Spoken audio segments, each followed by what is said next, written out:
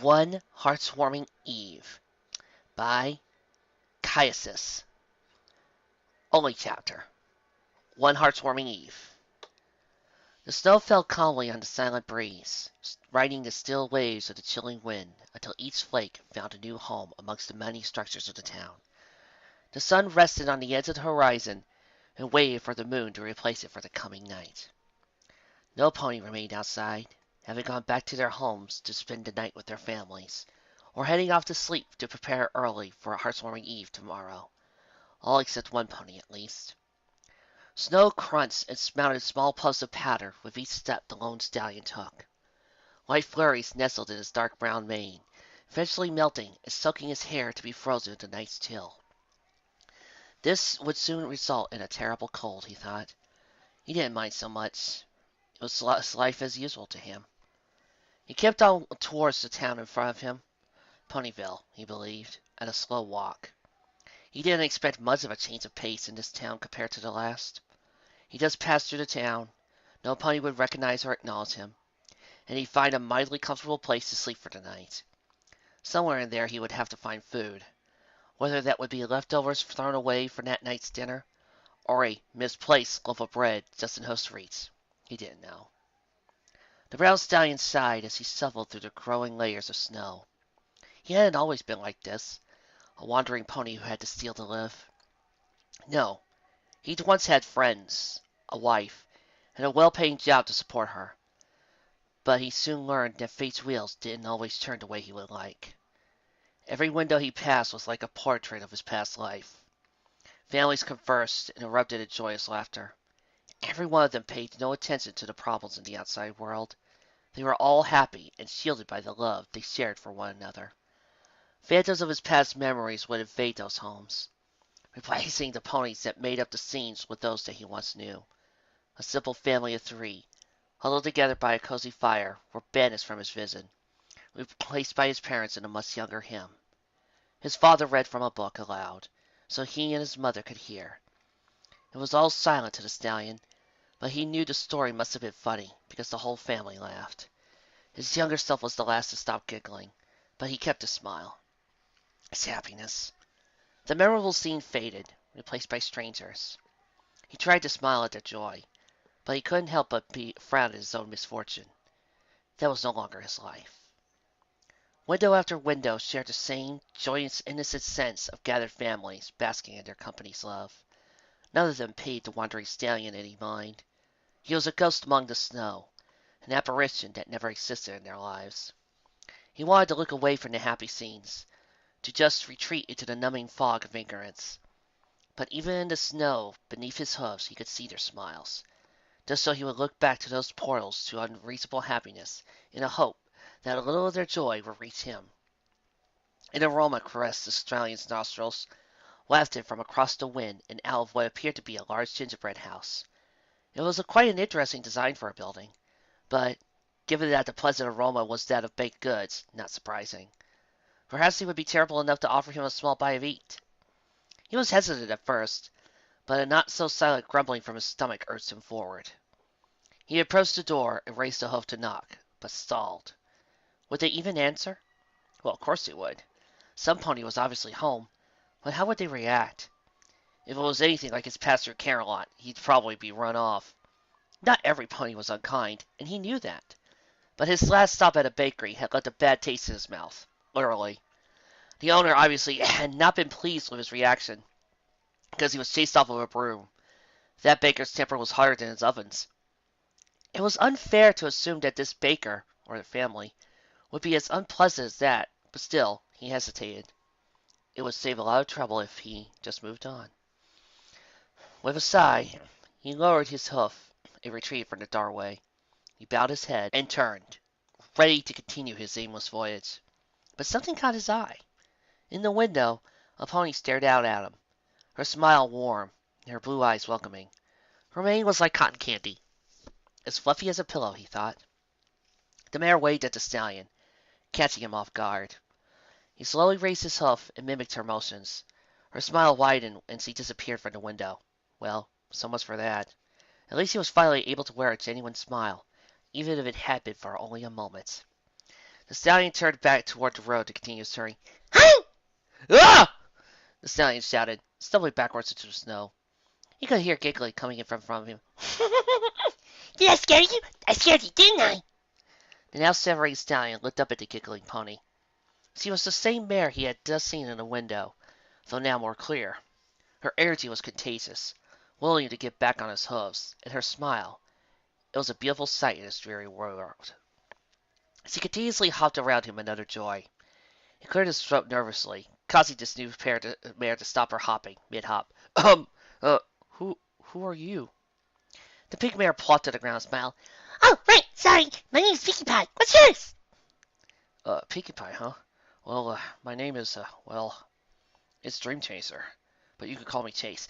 Oh, nice to meet you, Chase. I usually throw parties for new ponies in Ponyville, but you came to the Ponyville so late, so I can't throw you a party because the twins are sleepy. But hey, why did you come inside and I can serve you some cupcakes? I just finished baking some fast for tomorrow. A deep growl from Charles Chase's belly answered that question far quicker than his words could. Pinkie giggled once more. That sounds like yes. Come on in and make yourself comfortable. It's a lot warmer inside. She wasn't kidding about being a lot warmer. As soon as Chase stepped into the building, the ice in his mane began to melt away. Pinkie walked in behind him, closing the door to the frozen world outside. Huh? Why is there water on the floor? Chase glanced down at his hooves. A puddle continued to grow as water dripped off his thawing body. Oops! Sorry. The pink mare gave a carefree shrug. It bounced past the puddle towards the back room. No problemo. I'll have that pesky old puddle cleaned up in jiffy. She stopped and turned her head to face him. Oh! Also, you look kind of a mess. If you like, you can use the bath. Just up the stairs to the right. Don't make too much noise, though. The twins are kind of easy to wake. A bath sounded like heaven to the stallion. Nice and warm. And relaxing. A chance to soak his aching hooves, and just to clean off a week's worth of grime since his last chance to bathe in steady weather. Yes, perhaps a good long soak in a nice hot bath would do him good. With a slight smile, he accepted his grace's hostess gift, and tried quietly up the stairs. There was something about this pony the mare had brought him, a complete stranger, into her home with such joy. She obviously enjoyed having company, even if that company came in the form of a wandering pile of frost that was himself. She hadn't hesitated, even for an instant, to accept him as a friendly figure, and not a potential thief like so many others believed he was. Chase stared at his reflection in the water. It lazily met his gaze with tired eyes, lacking any kind of energy that his host had. That had to change, at least for this one day where he could be accepted by a pony again. He sucked in a mouthful of air and plunged under the bubbly surface of the bath, only springing back up once his air supply ran out. Chase glanced back down at his panting reflection. It was met by a different stallion than before. It looked like him, but his drenched mane was slicked from the back of his head, and his eyes, the icy stare must have melted away with the warm water. He leaned back against the wooden rim of the bath and closed his eyes, eagerly awaiting the curative powers of the water to heal the remaining aches in his travel-worn body. A knock on the door broke him away from his near sleep. A whisper followed. Chase, you've been there a long time. You didn't drown or anything, did you? The stallion sighed heavily. No, I'm fine, thanks. I'll be out in a sec. A short moment passed before another whisper came. Okay. The stallion splashed away some of the approaching bubbles as he contemplated whether to stay a little while longer or to grab his meal. His stomach once again growled, as if the choice wasn't obvious enough. He shook his head and reluctantly hopped out of the wire before breathing a silent farewell to it, and grabbed a towel from a hook on the wall. He quickly dried himself off before tossing the towel back to where it had been and opening the door. A pleasant aroma teased his senses as he made his way down the stairs to the dining area. A simple platter laid on one of the few scattered tables by a window. Fresh cupcakes were neatly arranged on it and ready for consumption. He took a seat at the table and stared at the plated deliciousness in front of him. Each individual cupcake plated to be eaten, and his stomach grew more and more impatient by the second. Chase tried to avoid the urge to grab one of his frosted treats. In a past time, he was quite the gentle colt, but now, with all the alluring smells coming from the brightly colored treats, he couldn't resist. He grabbed his first of many victims and chomped into it. He wasn't one for sweets, but the sugary frosting, coupled with the moistness of the cupcake, was a taste to behold. Or it could have been the fact that he was on the verge of starvation. He couldn't quite tell. He finished his first cupcake and reached for another, and then another, and before he knew it, there were only a couple remaining. He looked down at the cupcake already at his hoof and sighed. His host was being kind enough to give him this food, and he couldn't even wait for her before eating all of his and half of her cupcakes. He made a mental note to apologize later. The door to the back room, what Chase assumed to be the kitchen, opened, revealing the smile form of his Grace's pink host. Oh, you're out of the bath now, and wow, you already eat all those? You almost ate those as fast as me. She giggled, reaching behind her and grabbing another platter of cupcakes that was balanced on her back. Well, don't worry, I baked another batch for us. Pinky placed the platter of rejuvenating pastries down in between them and took a seat. You really liked those, didn't you? Yeah, they were really good.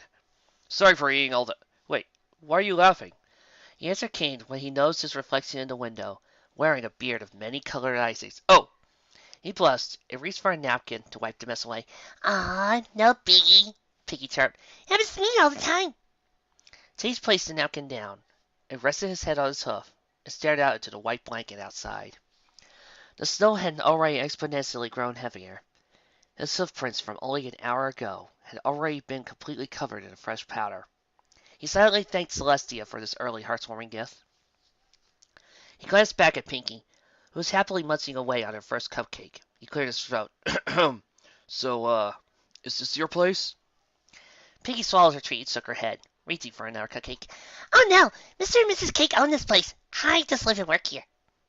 Ah, so I'm guessing the foals you were talking about are theirs? Yeah, but really, I just have false there. You're the cutest little things you've ever seen. She exclaimed.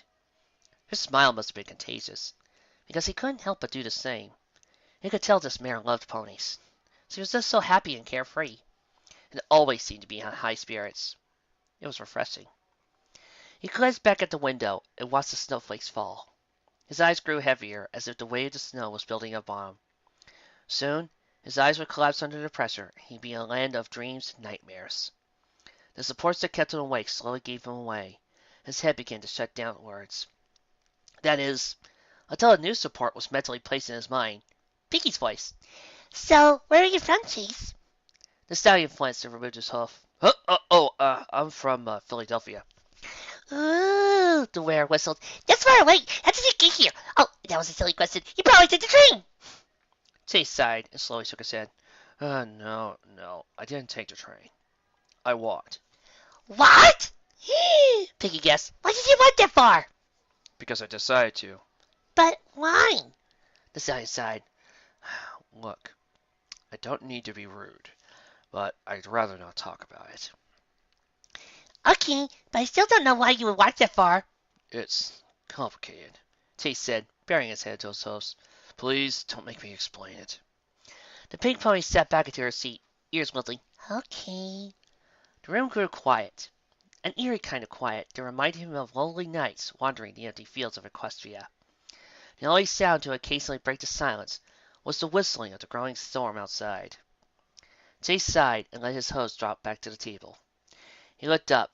Pinky was staring helplessly down on the side of her table. He shook his head. There was no way he was going to get out of explaining this. So, you really want to know? Pinky's eyes shot up. I don't want to force you if you don't want to. He sighed and dropped his gaze. I might as well. I blocked it all off for long enough as is. Maybe it'd do me some good to get it off my chest. He looked up at her with sad eyes and took a deep breath. Several years ago, I met this beautiful mare from Manhattan. Her name was Starsign, a Pegasus. She had been visiting her relatives in Philadelphia, and, by chance, I met her at a train station, waiting on the next departure. We hit it off pretty well, found out she was an artist. Her art was almost as beautiful as she was. He smiled faintly. Anyway, we got to know each other, and after a few years, she moved to Philadelphia to live, and we got engaged. About 8 months later, I graduated from Philadelphia Institute of Economics, and then Starsign and I got married. Aww, Piggy smiled. That doesn't sound bad at all. Where is he now? Chase lowered his gaze. I don't know. Wait, what? Why not? We're no longer together. Chase raised his head to meet Pinky's intent gaze once more. "'Cause I messed up big time. I got a job working as a financial advisor for the mayor of Philadelphia. The city had been hit with some financial problems, and I was asked to turn the deficit into a surplus. Well, I thought it would be easy. With the mayor's approval, I managed to cut some services that were being wasteful, and corrected existing loopholes in the system." But, Pinky said, it sounds like you were doing well. At that point, I was. I was proving to be a great asset for the mayor and the city. But what I did wasn't enough to reach a surplus. We were still hurrying for money, and there was nothing left to fix. We had to start bringing bits in. Well, I was a huge fan of the Wonderbolt films.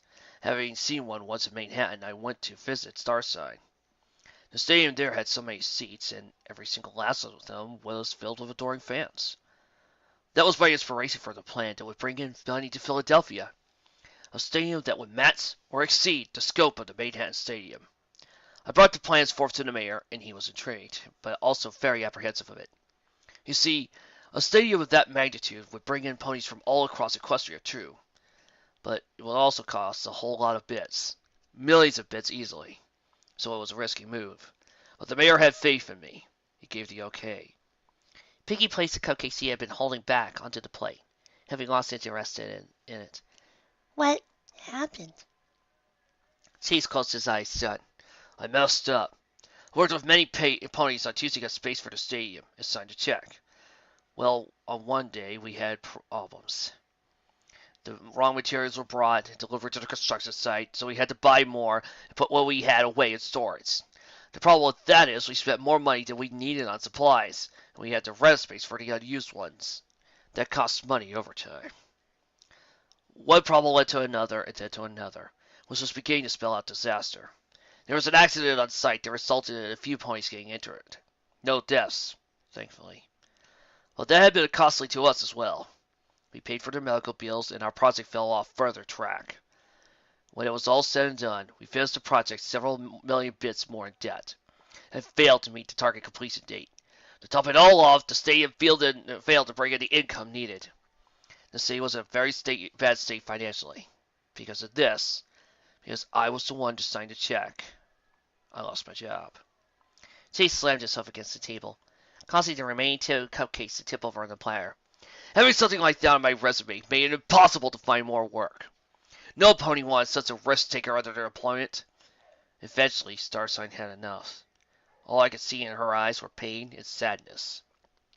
She didn't want to live that way anymore. So one day, she just up and left, and never came back. Chase felt something touch his hoof, and he looked up. Pinky's eyes no longer showed the happiness they once had, and her smile long gone. Her hair patted his softly, comfortably. His lips shuddered slightly. I never found work, and eventually lost my home. I was in a bad mood for the longest time, and ponies began to dislike me. Who could blame them? I was just so angry after all that. I took it out on any pony around me. I began to wander, hoping to find an opportunity. But I never found it. Never found my place to go. He took a deep breath and tried to force a smile. So I guess to answer your question from earlier, I didn't take the train because I couldn't afford it. Pinky hopped up in an instant, wrapping him in a hug that seemed to last an eternity. He felt sobbing in his shoulder. Oh, Chase. I'm so sorry. He pulled away from her and shook her head. No, don't be. I don't need any pony feeling sorry for me. Chase, it's not right for any pony to be abandoned, especially by those you love. I have a feeling like that before. Piggy sat back in her seat across from him and gave him a heartfelt smile. Stay here for the night, Chase. Tomorrow you'll have more fun than you'll ever had. I'm sure of it. No, I couldn't ask you to. I'm not taking oath now for an answer, Piggy said sternly, because no ponies should spend their holidays alone. Chase smiled from his bed as he gazed out the window on the far side of the room. His vision wasn't as good as it once was, but even in its failing state, he could clearly make out the flurries of snow falling past the window. He looked at his sitting guest beside him. It cleared his throat to speak once more. See, kept her promise, too. Every moment I had doubt, She would blow it away with reassuring words. He laughed. Hey, I remember meeting her friends. Can't recall their names, but there was this one yellow mare. She seemed to be more afraid than I was. He broke out into a coughing fit, his guest springing up to check on him. He shook his head and held up a hoof. After a moment, he recomposed himself and inhaled. I'm fine now, Nurse Hartwin. The nurse nodded and reclined her seat. If you're sure, Mr. Chaser, do you need any water? Chase shook his head in response. Okay. Okay, please continue. I remember the snow being as cold as it had been the night before. But it was different. Being around Pinky and her friends was all the warmth that this stallion needed to be comfortable. It was the first time in what felt like years I actually felt accepted. Nurse Hearthwind smiled. They all sounded like very nice ponies. Oh, they really were. Especially just one spunky one. Rainbow something or another. She was quite the competitor to Pegasus. She just tried up behind me with a snowball and hoof and cut me off guard. And you know what I did? What's that? Chase chuckled. I picked up a snowball and threw it right back at her. Only difference was she was rolling on the ground laughing when I did it. That shut her up real quick. So the two of us just started throwing snow at one another. It was great!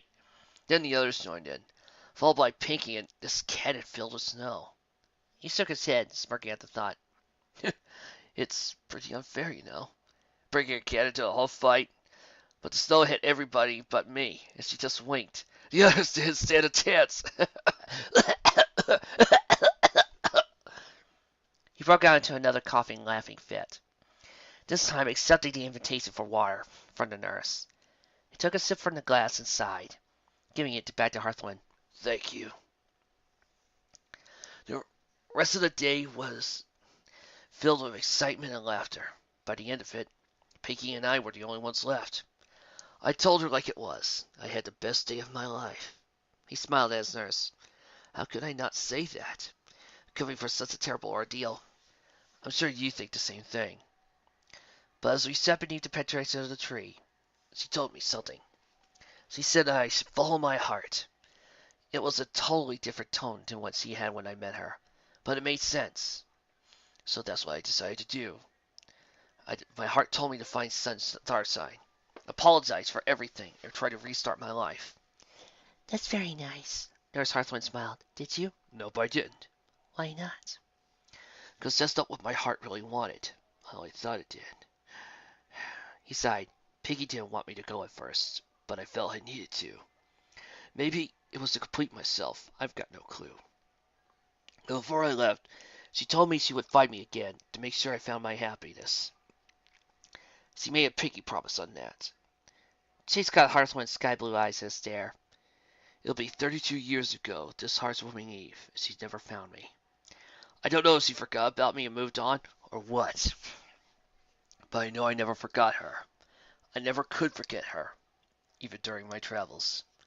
Hearthwind brought a hoof to her chin. Did you ever write her a letter? I did. Several over the years. She never replied. I'd like to think she never received them, but I'm not sure. The old stallion sighed and sank into his covers, his head laying on the pillow. I think I found my happiness on that day. Life was so simple in Ponyville, and I was accepted there. I left my happiness behind when I left that town, when I left Pinkie Pie. He rolled over his eyes, sighed, and closed his eyes and sighed. Well, I wouldn't give to see that pink mare once more. Just one more time before I leave this place. Nurse Hearthwind looked down and smiled sadly. Maybe one day, Mr. Chaser. Days came and gone, exchanging the sun for the moon and the moon for the sun. The window, Chase's unreachable gateway to the outside world, showing the same day each morning. The steady stream of snowfall, as common every winter. But as the snow fell, so did the stallion's morale. He knew the end would come soon. His health was in rapid decline, but the only solace he had was in that of a single dream, seeing that pink mare from so long ago. Chasing dreams was nothing new to him, just as he had in Philadelphia long ago, when he dreamt of the success of the stadium that would one day ruin his life. He continued to dream. His life was built of chasing dreams, not catching them. As time passed, Nurse Hearthwind grew more anxious. constantly checking the window.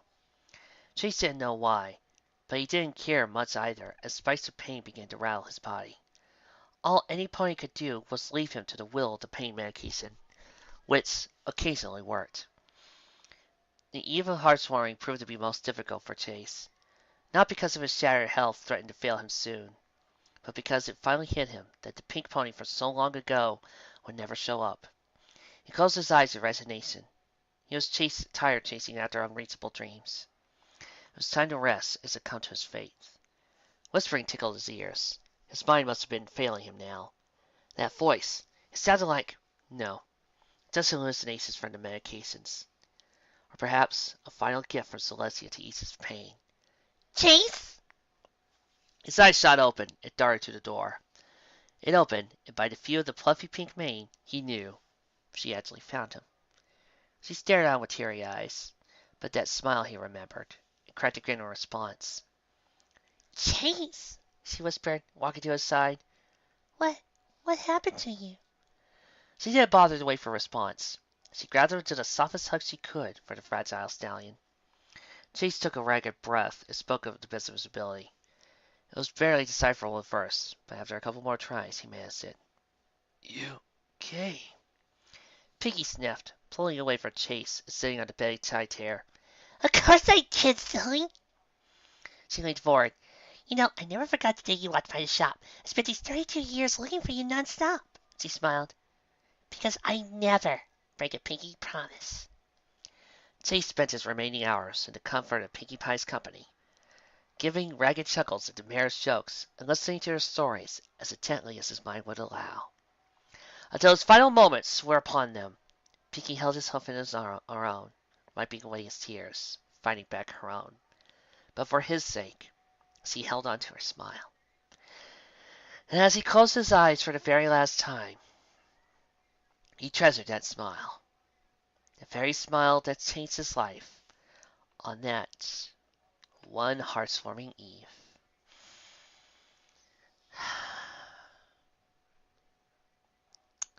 Yeah, it's one of those type of fics. What can I say? I love the song, and I love this fic. The song by the Aviators that this fic is based off of is a really good heartwarming story. And this fic kind of demonstrates why. It's mainly has a lot to do with the fact that one of the beliefs I always have about heartwarming is that no, you shouldn't be alone. It should be about happy times. It should be about bringing happiness to others and making other people smile and letting them experience the happiness of all that. And that's what Pinkie Pie is. And I feel like this is a great fic for Pinkie Pie because it demonstrates who she is. She's determined to make you smile. Sometimes it might seem a little weird at first, but she's determined to try and make you laugh. Even if she slips up once in a while. But she will always keep that bright smile. And you know what I really loved about doing watching Pinkie Pride was how in that fic, in that particular episode, Cheese said that Pinkie inspired him. And I'd like to think that's what Pinkie Pie said would do. And I love her for that. So, yeah, this is one of those kind of like, this is one of those really happy fics that you just have to read during Christmas. Thank you. And now, for a trailer of next Christmas fic. Every pony knows of Diamond Tiara. Rich, fabulously wealthy, and of course, one of the most annoying brats in all of Ponyville. She likes to torture these three fillies, the Cutie Mark Crusaders. But can the spirits of Hearthwarming Eve get it through this pink twit's head that you should not be a jerk on Christmas? Let's find out. Coming up next, Diamond Tiara's Christmas Carol. I'll see you then.